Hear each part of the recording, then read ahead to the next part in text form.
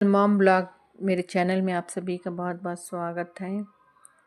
आज बीवी की दुआ के ऊपर बताना चाहूँगी। बीवी की दुआ, कहते हैं माँ के दुआ के साथ साथ बीवी की भी दुआ बहुत असर रखती है।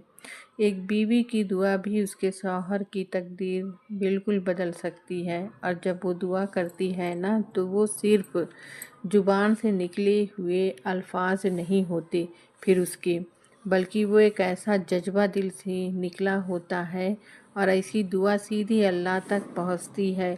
लेकिन सवाल पैदा होता है, बीवी अपने शौहर के लिए दुआ करती कब है? जब वो बीवी खुश हो अपने शौहर से और उसके शौहर के तरफ से उसे वो सुकून भी दिया गया हो, उसके उस थकान को समझा भी गया हो, महसूस भी किया गया हो।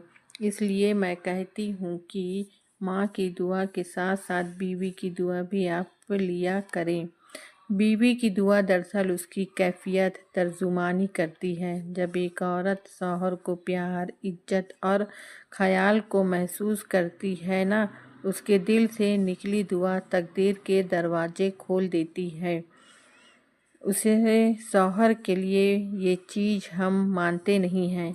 हमें केवल माँ की दुआ चाहिए। और जब वो दुआ देती है ना बीवी, तो वो शौहर की कामयाबी, उसकी अच्छी सेहत, उसकी इज्जत, ज़िंदगी के हर मोड़ पर साथ देने वाली रहनुमाई बन जाती है।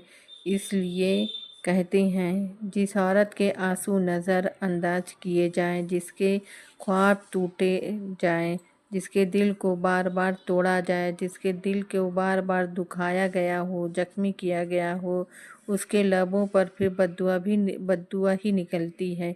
इसलिए वो बद्दुआ नहीं लेनी चाहिए।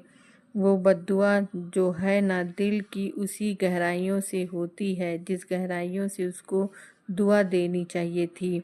मर्दों को ये भी चाहिए कि माँ की दुआओं के ऊपर फ़ख्र ना किया करें ज़्यादा, बीवी की भी दुआएं भी लेने की कोशिश किया करें।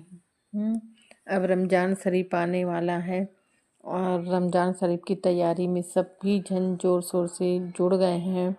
और आज मैंने अपने ब्लॉग में स्पेशल बनाया है चना की सब्ज़ी और पालक की सब्ज़ी, दाल फ्राई की हूँ। बहुत ही टेस्टी लजीज खाना बना है, बड़े मज़े का खाना बना है। आप सभी इस प्रकार से अपने घर में बनाएं और खाएं और अपना ख्याल रखें बहुत। और रमज़ान शरीफ की तैयारी करें, अच्छे से बावज़ू हो कर के सभी नमाज़ पढ़ें, रोज़े रखें, ज़्यादा से ज़्यादा कुरान शरीफ की तिलावत करें। और ऐसे एक बहुत जल्दी ही रमज़ान शरीफ गुजर जाएगा महीना, ऐसे लगेगा कब आया और कब गया, है ना। वक्त जाते देरी नहीं लगता है। इसी पे है लिखती, जुल्म करने वाला इंसान कभी सुकून नहीं पा सकता। और जुल्म केवल लाठी, डंडा, तलवार और खून बहाने का नहीं है।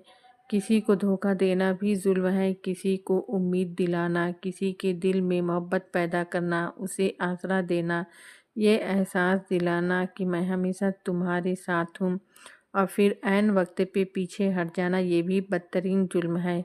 सबसे बदतरीन कत्ल है किसी की उम्मीद को तोड़ देना, किसी को आसरा देकर छोड़ देना, किसी को ख्वाब दिखाकर नजरें फेर लेना। ये सबसे बदतरीन जुल्म है। इंसान जिसमें जिंदा तो रहता है लेकिन अंदर से ही टूट जाता है।